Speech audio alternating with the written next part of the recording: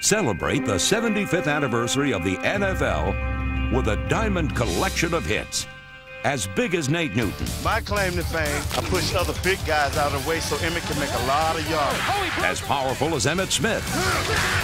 And as strong as Reggie White. It's the 1994-95 season home video lineup. Reggie White gets it. Whether you love the Bengals, Downfield, it's the Bucks, it's caught, touchdown, the Bills, the Bears, the Broncos, or the Browns, we have a team video for you. 28 exciting collectible highlights presented as only NFL films can. How do you pack 75 years of history, action, outrageous characters, legends, stars, and storybook finishes in one video? And there's a collision. It's caught out of the air. The ball is pulled in by Franco Harris. Harris is going for a touchdown for Penny Crow. He can't. The ball flipped forward as loose. A wild scramble. NFL Films has it all in their special Collector's Diamond Anniversary film. Recovered in the end zone. The Oakland Raiders. Rolling out the right, throwing under pressure. 75 seasons, the officially sanctioned document of everything great about NFL football. Monday Night Football. 150. Monday Night Football. 150. Monday Night Football, baby. The world watching. The world champion. For millions, it's the greatest thing to ever happen to Monday nights. On the season premiere. Now this special anniversary celebration captures 25 years of great games and magic moments. Get that Monday night thing going. You ready for some football?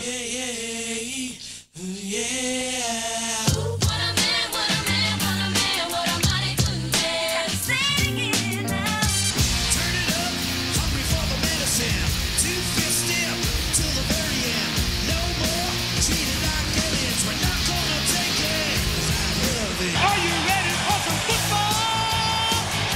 A Monday night party. Now this is O'Hank and I'm back and I'm ready to get the game started.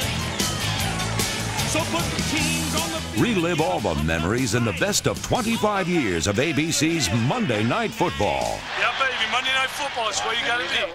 Some say the personality makes the man. Ryan's a know-it-all. Hell, head coaches are supposed to win games, not friends. I'm Steve Young, quarterback for the San Francisco 49ers, and I'm also an attorney. Personally, I think the two have a lot in common. For instance, you're allowed to make an opening statement, and then the defense can come after you. The punishment usually fits the crime. Well, basically, I catch the ball and I run. And I catch the ball and I catch the ball and I run. And I catch Go the off the ball, field and definitely outside the lines in the NFL's greatest stars. Shoot, I'm probably starting to sound like a broken record. That's because I did break records. Straight from a secret ballot. Get the 100 goofiest, zaniest, funniest, klutziest plays in the history of the NFL.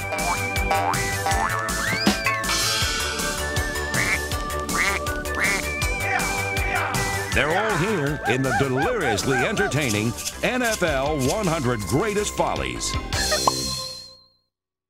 Until that clock says 0-0, no matter what, or the field goal's kicked, or we score the touchdown, it's not over. So all you see is really white lines and boundaries. Once you get starting in motion and you're in a 2-minute drill, things are going so fast that you don't even think about it. Huddle up, huddle up. Come on, Bobby, set a huddle, let's go. There's nothing like a victory snatched from the jaws of defeat. Like a magician, John Elway can make the final minutes of a game last forever. It's caught. You can say what you want to. I don't think I want anybody back there except number 7. Nail-biting drama, action-packed highlights in John Elway's greatest comebacks. Let's go. We're gonna get some respect today. Respect all day long. All day long. Let's just kick their butt all day long.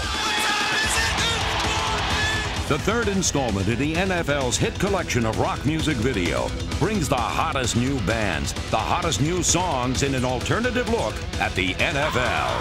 NFL Rocks.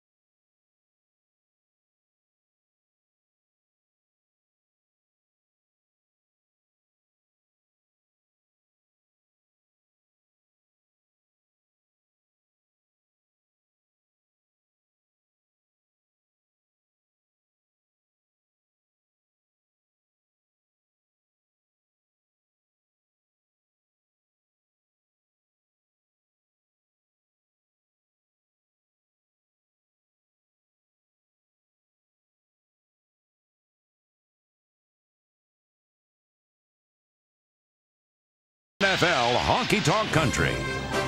Wrap up the season with the most anticipated sporting event around the world with the Super Bowl 29 home video coming to you in February of 1995. NFL team videos, 75 seasons, the best of 25 years of Monday Night Football, John Elway's greatest comebacks, NFL's 100 greatest follies, NFL's greatest stars, NFL rocks on the edge, NFL Honky Tonk Country, and Super Bowl 29. It's the greatest lineup in sports video history, worth its weight in gold, dazzling as diamonds in this very special 75th anniversary year. From NFL Films. Real football for real players. NFL Quarterback Club. Aikman, Kelly, Marino, Young, and more. 3 games in 1. NFL Play, Simulator, and the exclusive Quarterback Challenge. Over 450 plays and authentic weather and field conditions. Smooth cam instant replay. Pulling guards. Updated NFL rules. Read and react defenses. And up to 5-player action. NFL Quarterback Club. Real football for real players. From Acclaim.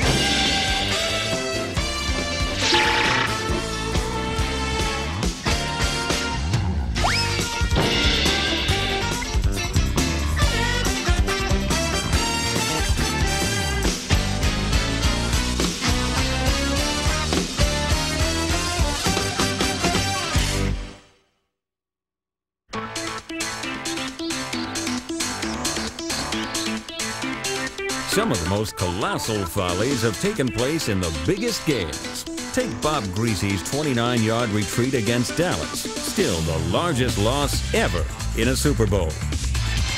After the Browns rudely cut longtime quarterback Bernie Kosar, they gave his job to young Todd Philcox, who promptly handed the Seahawks the fastest score in their history. Todd Philcox about to take his first snap of the season. Drops back to pass, under pressure, steps up, loses the football, loose at the 7-yard line. The Seahawks have it, and in for a touchdown. And what an inauspicious way for Philcox to debut in '93. No giveaway will ever top the Giants' unintentional generosity towards the Eagles in the play the sports writers dubbed the Miracle of the Meadowlands. Under 30 seconds left in the game. From here on in, Pizarchik can just fall on the football, and there is nothing the Eagles can do. And Pizarchik fumbles the football. It's picked up by Herman Edwards. 15, 10, 5, touchdown Eagles. I don't believe it. I don't believe it. Talk about miracles, folks. I do not believe this one, but it has happened as the Eagles beat the Giants 19-17 before a shock crowd at the Meadowlands. And it still didn't dawn on me what had happened until I went home the next day. I turn on ABC, Good Morning America, and they're showing this play. And then the next thing I hear is they're firing coaches. And I'm going, man, you know, but it'll always be fun. I know that maybe 40 years from now, they'll still be showing that play. And I can say, yeah, that, if they don't remember anything else, they'll remember that about Herm Edwards, that in fact that he picked up the ball in New York and was able to help the team win. Giants buffoonery struck again in the 1985 NFC Championship when punter Sean Landeta took an astounding swing and a miss against the Bears. Landeta from his end zone. Bears will get good field position. Oh, he missed this! This is the football. He missed it! It's on the field. All right! It's Sean Gale! Holy smokes! A year later, the Giants were there to watch someone else play the set. The place, the NFC playoffs. The victim, legendary 49ers receiver Jerry Rice. Montana looking right, swing pass. Rice has got it at the 40, 35, 30. He's going to go. He dropped the ball. Knocked out of his hands. He picks it up near the goal line. Lost it again. Giants have it. Jerry's juggling act helped put the Giants in their first Super Bowl. But of all the historic follies, the only one that caused an entire section of the NFL rule book to be rewritten was the Raiders' notorious Holy Roller play. Oakland trails 20-14. 10 seconds left. The crowd takes up a can of defense. Trubisky and Banaszak on the back. Slot right. Branch inside. Bradshaw, Stabler back. Here comes the rush. He sidesteps. Can he throw? He can't. The ball flipped forward is loose. A wild scramble. 2 seconds on the clock. Casper grabbing the ball. It is rolled a fumble. Casper is recovered in the end zone. The Oakland Raiders have scored on the most zany, unbelievable, absolutely impossible dream of a play. Madden is on the field. He wants to know if it's real. They said yes. Get your big butt out of here. He does. There's nothing real in the world anymore.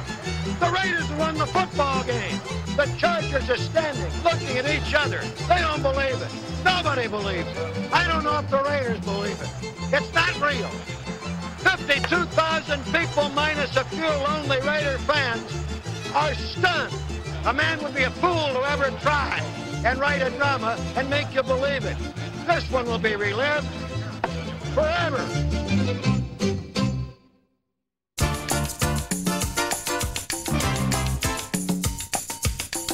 Too bad more guys like Tampa's Isaac Higgins don't use their heads. For Pittsburgh receiver Dave Smith, it was his hands that were the problem. Before a national television audience at Kansas City, Smith unleashed one of the most infamous screw-ups in the history of Monday Night Football. 13 years later, Monday night viewers saw it happen all over again. Luther's back to throw. He's looking left. He's got Bobby Duckworth open across the middle. Duckworth pulling away from defender Sean Gale. He's going to score. Bobby Duckworth will score. He dropped it. The ball's loose. Green Bay's Sterling Sharp never lost the ball. He just forgot where the goal line was. Play action fake by Favre. On his hip. Looks. Throwing long. There's Sterling Sharp. Sterling Sharp cut the ball at the 10 and to the 5. And he walked. Oh, he fumbled the ball. He didn't get down. He gets in the end zone for a touchdown. The rule states that the ball has to break the plane. The ball broke the plane. And I think what happened was the official never saw a play like that before, but the ball had broken the plane. You see guys dive over from the 5, land on the 2, balls land on the goal line, it's a touchdown. How can I stand on the 1-inch line and have the ball in my left hand and hold it over the goal line and it not be? At least Sharp was headed in the right direction. Not so Cleveland fullback Marion Motley during this disastrous zigzag giveaway to the Rams.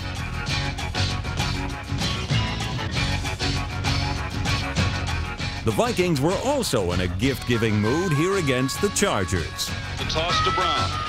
Comes up fighting 4 yards, and he is going to have the first down. It's fumbled, and then it's flicked back to Cooper, and now it's intercepted.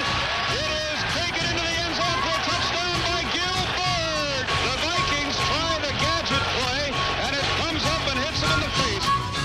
It sure looked like smooth sailing for Eagles kick returner Art Powell against New York. The Giants didn't stop him. Maybe the grounds crew had just finished Simonizing the turf. Butterfinger John Love never even got as far as Powell did.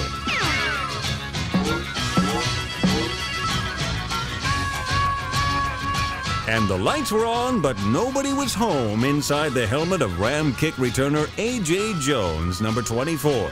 Apparently, AJ wasn't quite up to speed on the subtle rules differences between kickoff and punt returns. He gets away from him and rolls into the end zone. Giants, the Giants. The ball, the Giants have it. It's a live ball. What happened? And the Giants got in the end zone.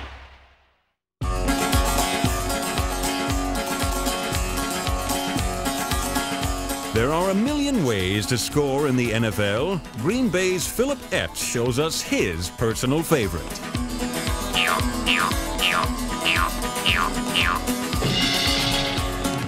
Some, like Seattle defensive tackle Randy Edwards, prefer the rin-tin-tin method. Others simply rely on dumb luck.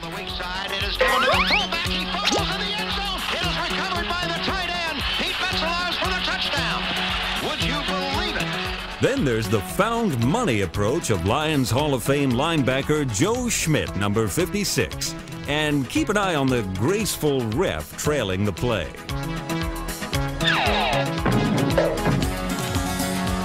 Dolphin holder George Wilson thought he'd outfox the Chiefs on this fake, but he forgot one small detail. Here, the Packers' MacArthur Lane gives new meaning to the term impact player. Two Steeler defensive backs had a similar powwow with a post while covering this pass play.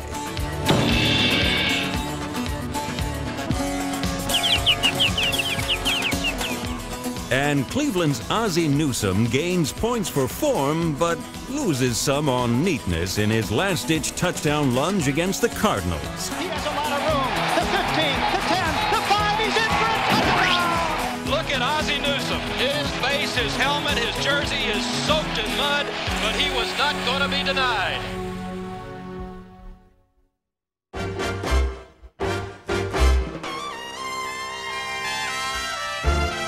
Too many cooks can spoil the broth in the NFL. A lot of guys got their mitts on this one before LA's Jack Dwyer gained possession, while nearly losing his jockstrap. More definitely is not always better when it comes to football. Witness this group grope by the St. Louis Cardinals. Ralph Guilherme makes a final bid to pull it out for the Cards, but before he can execute a play, he loses the ball. Tackle Charlie Granger immediately recovers and gives to Frank Mesnick, number 36. Frank picks up a few yards before lateraling to Ken Gray. John David Crow advances with the ball, but he fumbles back to Gray. Guilherme, the originator of this classic, winds up with the ball, but the Steelers have the ball game as time runs out. The results weren't much better when the Colts' Jeff George launched this hot potato.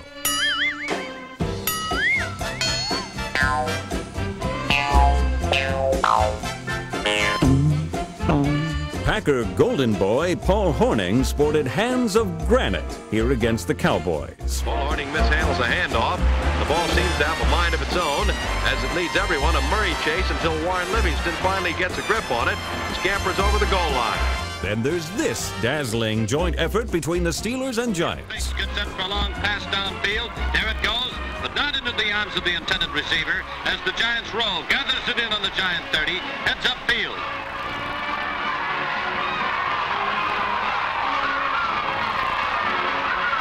But what's this? It looks like the Steelers may still be in the game after all. No, it's the Giants again as Ray Poole comes in to play the old stolen ball trick.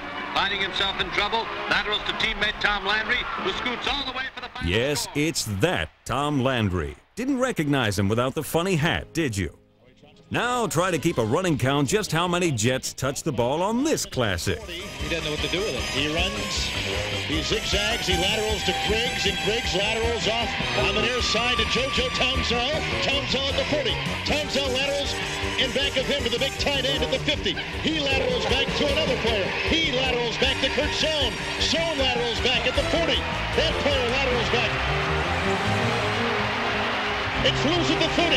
It's bouncing around. Bouncing to the 25. Bouncing to the 20. Picked up by Fa'aola. He laterals back to another player who throws it to a linebacker at the 10. That linebacker runs to the 20.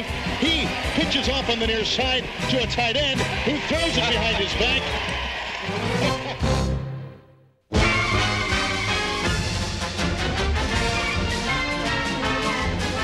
You want points? You want passing? You want excitement? No problem with 49ers quarterback Steve Young, the NFL's top banana. So what is this straight arrow, clean-cut, great-great-great-grandson of Brigham Young doing in this video? Well, Steve has been on hand for a quartet of the weirdest follies in football history. You know, I think there's some times in life where you do the really stupid thing, and right in the middle of the stupid thing, and you're realizing this is the stupidest thing I've ever done, like just from manna from heaven, you know, just comes and saves the day. Steve Young takes the snap. He's straight back. He looks to throw. Now, intercepted by Todd Bell. Bell laterals it over now to Richardson. Who laterals again. And it's taken by Tampa Bay down the right sideline. Vince Heflin's going to go all the way for the touchdown. And everyone forgets the stupid thing that you did. And that was what's great about that play is no one could remember the interception. I was like, oh, that had to happen so we could do this great play and score a touchdown. So every once in a while as a quarterback, you need something like that because when you make a mistake, it's usually pretty glaring. In this Steve Young Tampa Bay treasure, the Bucs and Bills switch sports right in the middle of the football game. Forced up, fires over the middle, and it is up in the air. Carter battling, looks like volleyball. Is it a catch? It is. That is the strangest play I've ever seen. Just another thing where I almost jumped in the middle of that one. You know, I couldn't get there quite in time, but almost. In San Francisco, Steve was too nauseous even to see this one. Well, that was a game I started and I was sick with the flu, so I was in throwing up. I didn't get a chance to watch that one other than on film. But, you know, pretty alert by Mike Sherrard. Goes across the middle to Jones. He's down, he fumbles the ball. He was already down, I believe, but then it's picked up by Sherrard. 20, 15, 10, 5, touchdown 49ers. Sherrard reached in and just took it away. And let's just refer to this next folly as Steve's heave to himself. That one will stick in my mind a long time because, you know, Ricky Watters is wide open in the back of the end zone. If I could just loft it over these defensive linemen, and I was so tired, I slipped and it fell off, and I was humiliated. And then it bounced back to me, and the humiliation got worse because I had to catch it and run it, and it was really bad. For the sideline, still has the ball, cuts back to his right. He's still at the 15-yard line, throws on the run. He got his own deflection, and he's down to the 2-yard line. 49ers are 2 yards from the end zone on the zaniest play of the day by far. But now that it's been over, it's kind of a fun play to remember, but right when it happened, I was really embarrassed about the whole thing.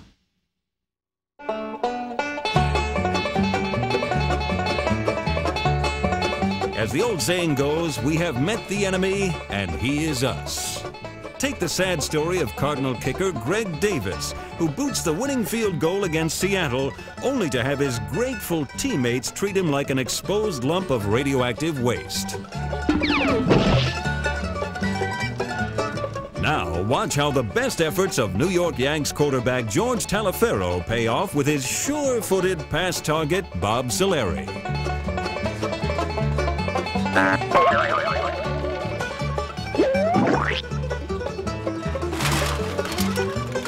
What we have here with Chicago quarterback Jack Concannon is a failure to communicate with his center.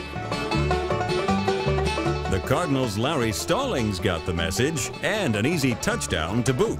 As it turns out, the Bears have specialized in this type of folly from one football generation to the next.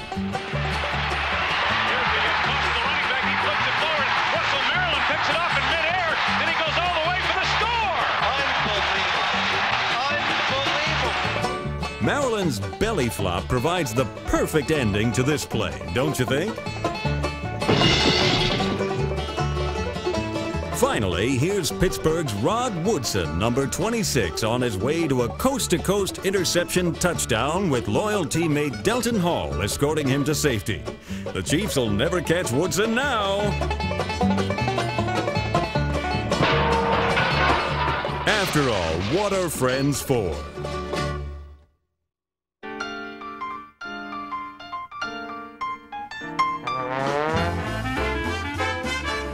If the Dallas Cowboys are America's team, then the New Orleans Saints are the poster children of the football follies. What these guys have suffered through shouldn't happen to a dog.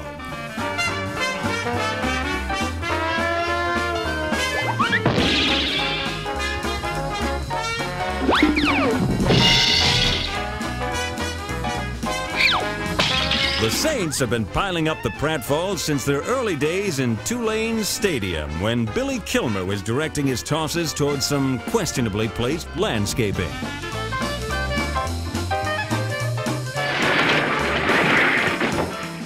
Even after moving to the Superdome, the Saints still didn't have a prayer. 34-34 tie. We're in sudden death overtime. Erxleben will take the punt snap at his own 23. Long count. Oh! It's over Erxleben's head. It's at the 10. It's at the 5. Anybody scores wins. Erxleben running. He throws the ball. It's caught in the air. Touchdown Atlanta Falcons win. Unbelievable! Quarterback Archie Manning has been at the epicenter of these Saints disasters, including this toss to teammate Paul Seal. But Archie's got an even better one than that. We've been losing, obviously, but we played the Bears, and they weren't any good either. So it was a hot day in Tulane Stadium, and as we ran, I think I tried to go to the right a little bit, and I don't know if I just didn't protect the ball or what, but somebody punched it out. And I guess when the smoke cleared, it was a Bears ball back on about the 40-yard line. In their first 20 years, New Orleans never had a winning record. But that dry spell ended the same season the Saints turned this folly into fortune. Orcade out of the shotgun, 2nd and 10 from the 47 of the Saints. Retreating, stepping up, throwing deep down the near sideline. It's going to be picked off back to the 40, 45, to the 50, to the 45 of the Saints. The ball comes loose. Another Ram has picked it up. This is a lineman. This one's going to be seen on the highlights for a long, long time. 28 looking to lateral it. The ball goes loose and the Saints have it. It's Orcade. He's got it at the 40, 45, 50, 40, 30, 25, 20, 10, into the end zone for the touchdown. Ah, we got that jambalaya voodoo magic working now.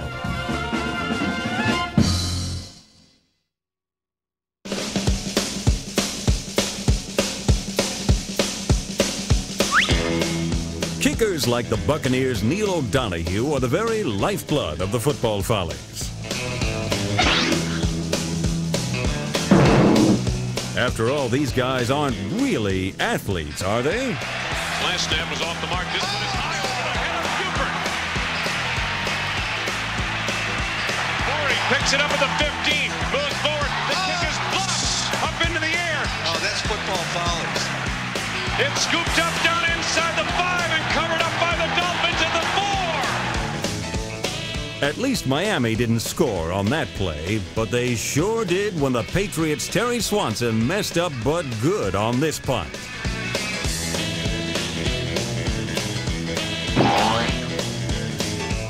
Swanson did manage to attempt a kick. Bob Solari of the Dallas Texans didn't even get that far. The Texan Solari has set the punt from his own 43. The pass from center is high over his head. He recovers the ball, attempts a lateral. However, Eagle tackle Vic Sears, who's Johnny on the spot, as he intercepts the leather and rambles 9 yards into the promised land with his first touchdown in 12 years of pro football. When punters are asked to hold on field goals, it can be trouble. Just ask the Jets' Louis Aguiar. But that was a love tap compared to what happened to Chicago's Bob Parsons. For real embarrassment, look no further than Raider punter Jerry DePoyster, number 4. First, he slips on the kick. Then, one of the lamest punts in NFL history is returned for a touchdown.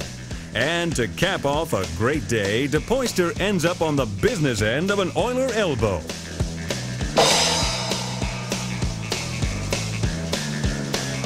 But the granddaddy of all kicking capers is still Greg Landry's mad scramble with the Colts. Mike Wood waiting for the spot from his holder, Landry. There it is. The kick is blocked. And Landry tried to recover. It rolls free. The Colts have it. And it's going to be pulled out of bounds at the lateral to round. Now here's Landry. Landry to the 5. Landry is going in for a touchdown. That's the wildest play in the history of the league. They played volleyball. Boy, I'll tell you, if they worked on that play, they all have their master's degree. Oh.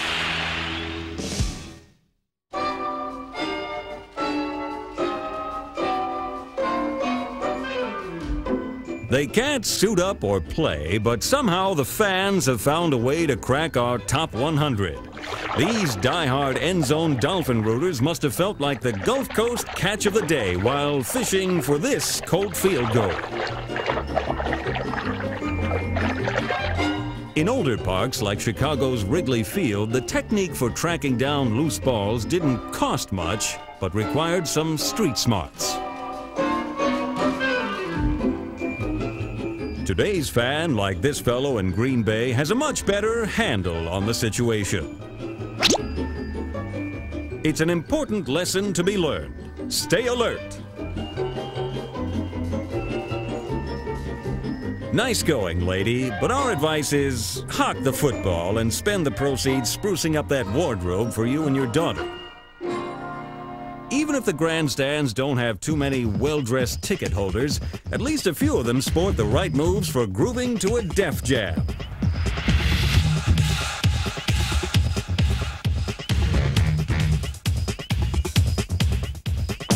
But the real pros are down on the field, and no one can cut the AstroTurf rug like these guys.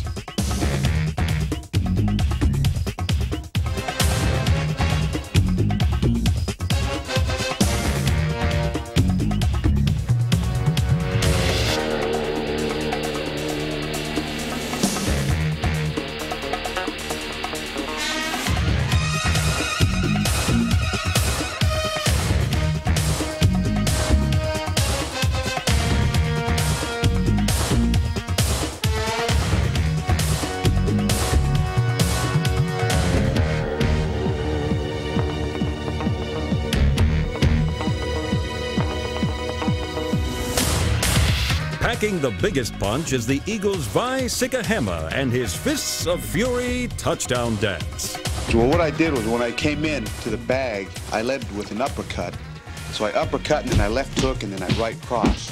And I was trying to get the right cross to finish the guy off. You know, he wasn't really punching back, so it wasn't a tough fight. But Fred Barnett jumped in and stopped the fight. I told him next time to run in and throw the towel in. I had this little routine set up. And the reason was because the Tuesday before, our day off, my wife and I took our 3 children to the art museum where Rocky in 1976 ran up the steps and was bouncing up and down, hands raised in the air. And I had my little VCR camera and I was filming them doing this. And it just kind of dawned on me that here we were in the city that made Rocky Balboa famous. So I told Roy Green on the sidelines that if I ever got in the end zone, I was going to hit straight over to the goal post and work the bag like Rocky Balboa did in the meat locker. And this is the one that knocks him out right here. Bam! That right cross right there. I'm looking for a title shot, so if you guys can find me a promoter, I think we're on.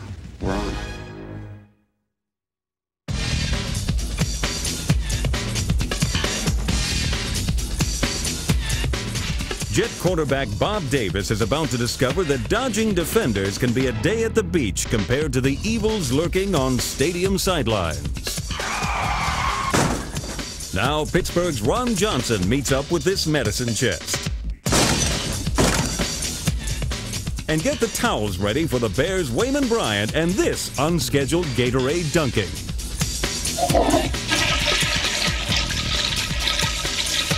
Bills kick returner Lou Picone is about to wipe out a half hour's work by the team water boy. And it looks like a sure 10 strike for the Bengals' James Brooks and this row of chairs. Anyone got an aspirin for the Saints' Danny Abramowitz?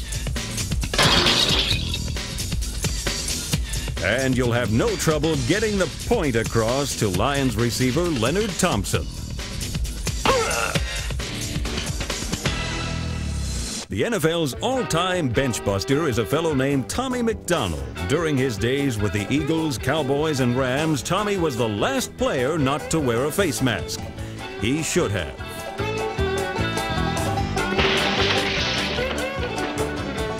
I actually got hit one time, and I separated my shoulder, and I even got up with that separated shoulder and stayed in for 2 plays, and then I went out after the 2 plays because I didn't want them to know that they hurt me.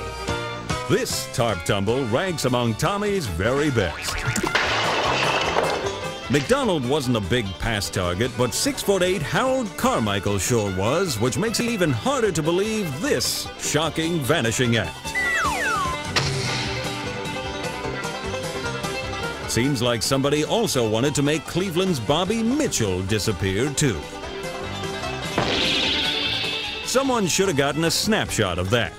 Too bad a sideline photographer never got that chance after his ill-advised rendezvous with the Giants' Phil McConkey. Somebody get me out of here! Maybe Theodis Brown of the Cardinals had the best idea.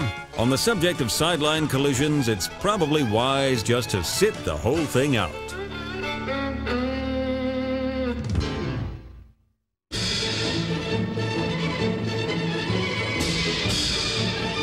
When it comes to posting the big numbers, Dave Craig is right up there with the best. Among the highest-rated quarterbacks of all time, Craig ranks in the top 10 in yardage, completions, touchdowns, and overall passing rating. He's been to the playoffs on 5 occasions and appeared in 2 conference championships. But Dave also holds another record he'd just as soon give to somebody else.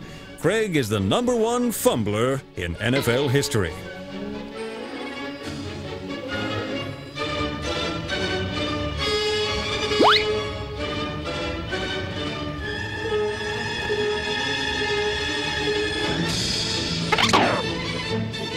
When you've played as long as Craig, you're bound to cough it up now and then. Still, it isn't exactly Dave's favorite topic of conversation.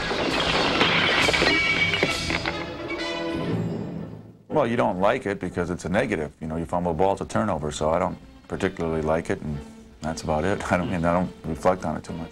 That's okay, Dave. We will. Craig lets the ball get away from him. Mecklenburg's chasing him. It's on the 2-yard line. It's Mecklenburg rolling into the end zone. Sometimes it's teammates like receiver Brian Blades who mess up.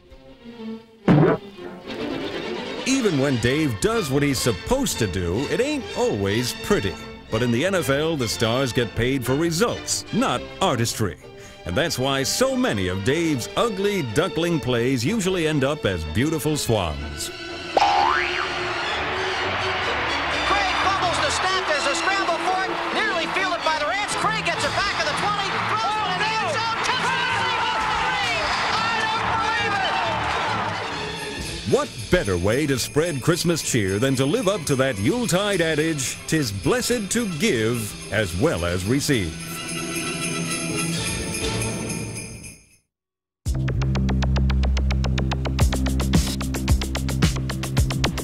Some follies happen once, and then never again in the NFL.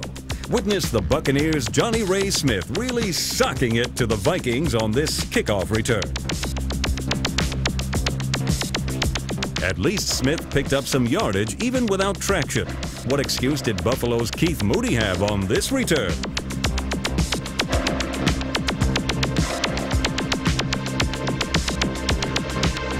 Whoever hit him must have also leveled San Diego's Buford McGee on his run back in Kansas City. McGee on the kickoff at the 5, 10, 15. Bobbles the ball and goes. Batista picks it up. It's picked up by Kevin Lawrence. He's in the end zone. Touchdown. Here's another never-to-be-duplicated blooper. The Packers' Michael Douglas botches a sure touchdown with some unintentional curbside service.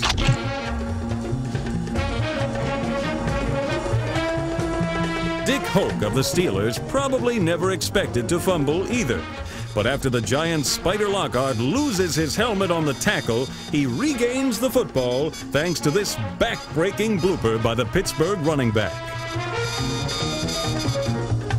Plenty of players have been asked to carry the load, but Buffalo's James Lofton certainly didn't think that included hitchhiking piggyback riders.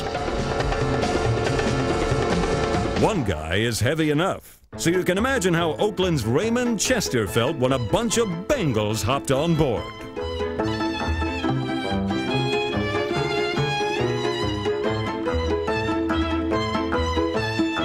The strangest free ride of them all may have been provided by Jets receiver Rob Moore. Rob Moore made a leaping grab. I thought he was falling into the end zone. He did fall. And look at Rob Moore. He's got the pylon on his back. That's right. The pylon is stuck to his back. Our next play boasts 2 blunders for the price of 1. First, this pair of oafish Ram defenders do their job. Then Johnny Morris chips in.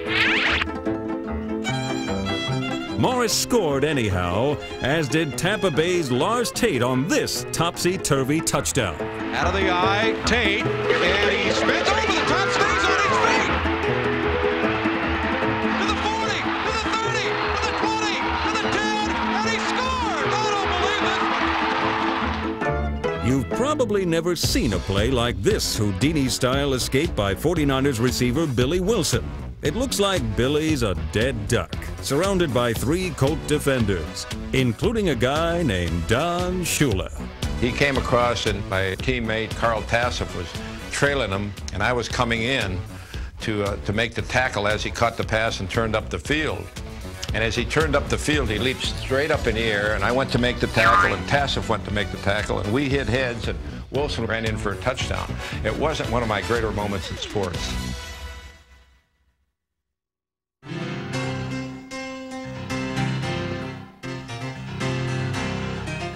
You know how it always is on Get Smart or The Pink Panther? Dumb detective somehow bumbles his way to solving the case? Well, it's a lot like that in pro football, when even the most horrible plays turn out all right in the end. Take this rescue act by the Rams' Jim Peterson against our old buddies, the New Orleans Saints.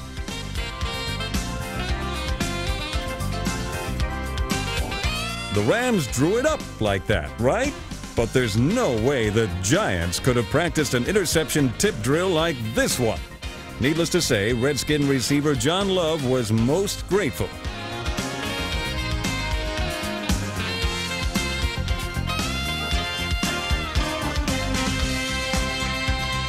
The Colts' Joe Washington nearly self-destructed against Buffalo, but quick thinking and a quicker passing arm saved the day.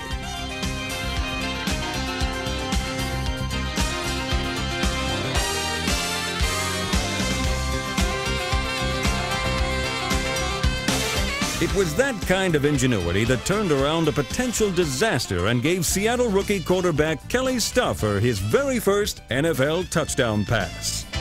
Just as I was starting to give my play fake, I was ran into, and so I started to fall down, and Kurt Warner stepped up to act like he was getting a football, and his elbow just went right in the spacing of my face mask and broke my nose.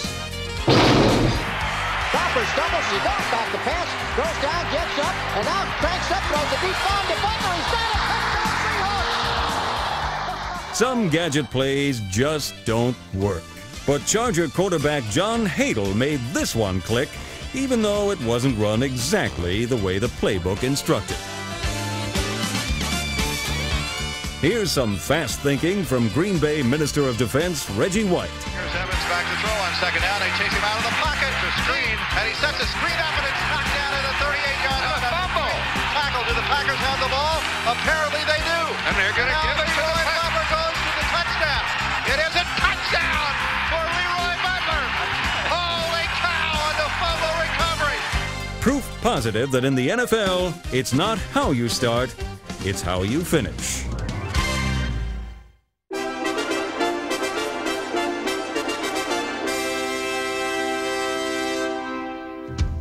We begin our final countdown with the only man to crack our top 10 twice.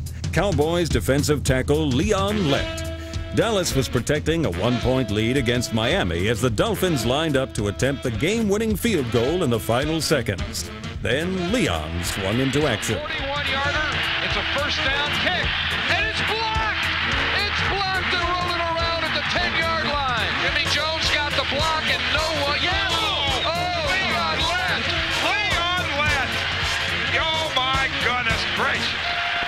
They get another shot. This is Miami's ball. And when they kicked the first field goal, and Leon touched that ball, everybody was like, oh no, you know, everybody going crazy. Not Leon, not Leon. I was like, hey man, it happens. The Dolphins got a second chance and didn't miss, curling Jimmy Johnson's hair with an embarrassing Cowboy defeat. It wouldn't have been so bad, except that 8 months earlier, Leon had already made himself a household name in the billion or so homes that watched his blunder in the Super Bowl. Fourth down to throw. Pressure sacked by Jeffco. And fumble. And Leon let off to the 40. Take a look out. Here he goes. Here comes Leon to the 20. Go in. Oh, Leon. It's a fumble. It's a fumble. He had it knocked out of his hand. Oh, Leon. Next stop, Miami, and a gem ignited by Dolphin punter Reggie Roby. Reggie Roby will stand at the 10, and he's kicking against this 20-mile-an-hour wind. He fumbles the ball, picks it up, and he's going to run with it, and he flips it out to Jensen. Jensen will roll to the far side of the field. He throws wide open upfield as Kozlowski. Gets down to the 35, 30, 25, 20. He flips the ball up, tipped into the end zone.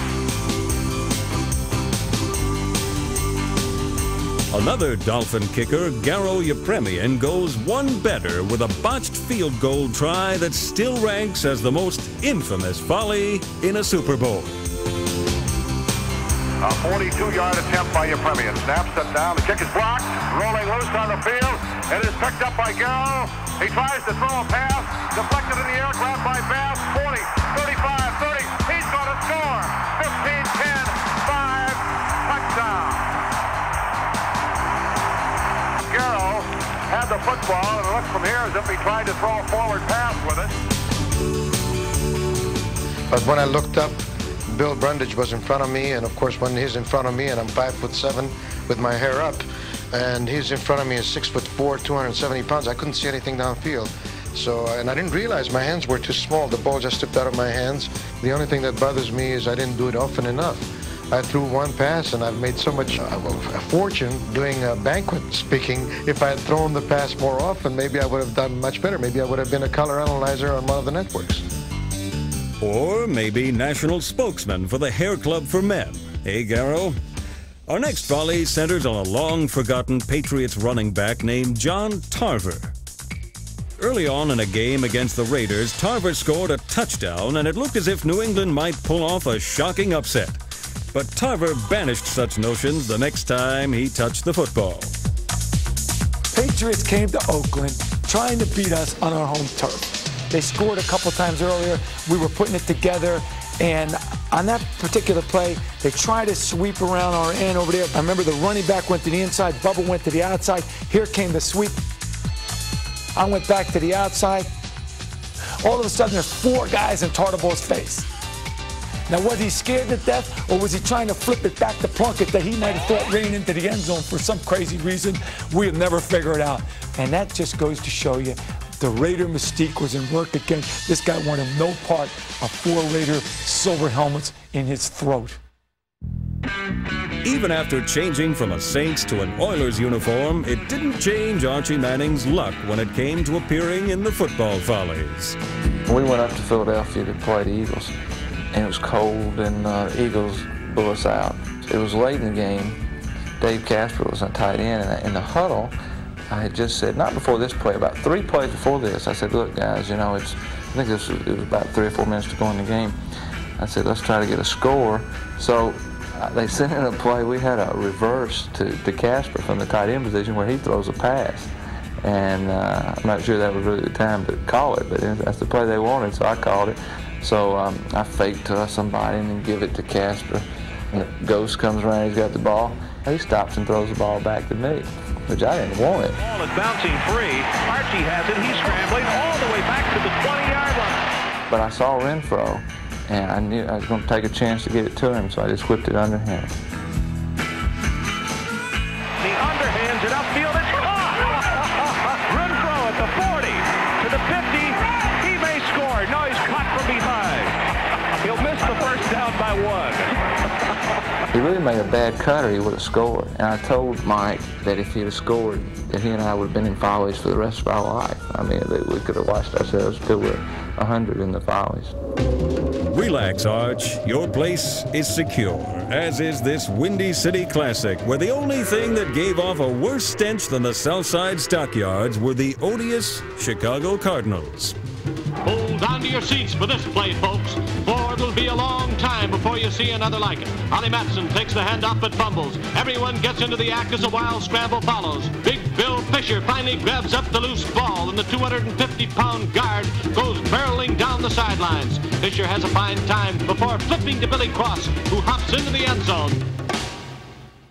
Now we're blessed with a father-son Follies combination. Cowboys quarterback Danny White was present for a foul-up or two during his career, but nothing he did will ever top what his dad, halfback Wilford Whizzer White, number 33, pulled off while playing for the Chicago Bears. It's an episode the White household still can't fully comprehend. I've seen it on film, but not for years and years. I think he's scoured the countryside and found every copy of it and destroyed it, or he's got it in his attic. But it's interesting that such a great player would be remembered for the longest run backwards from scrimmage. Now get set for a play you'll probably never see again. The Bears' Whizzer White, while attempting to pass, spots the Rams about to close in, so backward he goes. With 3 Rams breathing hard on his heels, White sprints goalward, but in the wrong direction. For 51 yards, White hit the backward trail. Then, to top it all off, he gets hit and fumbles. Ken Kastner scoops up the loose pigskin and goes over for the touchdown. Pittsburgh wide receiver Buddy Dial earns the Follies runner-up spot with literally the most explosive play in our top 100. As the Steelers outgun the Cowboys in Pittsburgh, Bobby Lane connects with Buddy Dial for a touchdown. This one ended with a bang. Maybe this explains why Dial always flinched whenever anyone asked if they could take just one more shot. And the #1 football folly in NFL history belongs to Jim Marshall of the Minnesota Vikings. The league's all-time Iron Man holds the record for playing in 272 consecutive games, but will also be remembered for what he did one misty afternoon in San Francisco. The Vikings jumped to an early lead against the 49ers, but what happened soon after left everyone gasping in disbelief. Mara straight back to pass. Looking. Does. Stops, throws, completes it to Kilmer up at the 30-yard line. Kilmer driving for the first down, loses the football. It's picked up by Jim Marshall, who's running the wrong way. Marshall is running the wrong way. And he's running it into the end zone the wrong way. Thinks he scored a touchdown. He has scored a safety. His teammates were running along the far side of the field, Russ, trying to tell him to go back. Go back. He paid no attention. He came running down the sideline, and he was just jumping up and down, full of joy. And I was the first one to greet him. And I was so disheartened and disappointed, and here's my friend Marshall coming down the sideline full of glee. I said, Jim, you ran the wrong way. While the 49ers fans chuckled, the dejected Marshall got some words of encouragement from his coach. Norm Van Brockman was great. We went in at halftime of the football game, and he said, Jim, he said, you're the only guy who's done something interesting in this football game. So this has been a damn boring game, you know. But just forget about it, and let's go back and have a great second half and win the football game, which we did. Ironically, it was another fumble recovery, this one caused by Marshall, that provided the Vikings with the margin necessary to beat the 49ers. But just a few months later, when Jim was to fly to an awards banquet in his honor, Marshall got on the wrong plane and ended up in the wrong town. A fitting conclusion and the perfect punchline to the NFL's greatest football folly.